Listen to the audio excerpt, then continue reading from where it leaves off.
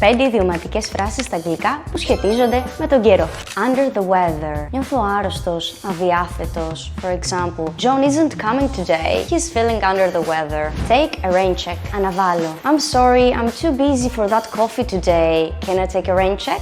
Cloud 9. Είμαι στον 7ο ουρανό. Είμαι πανευτυχής. They were on cloud 9 on their wedding day.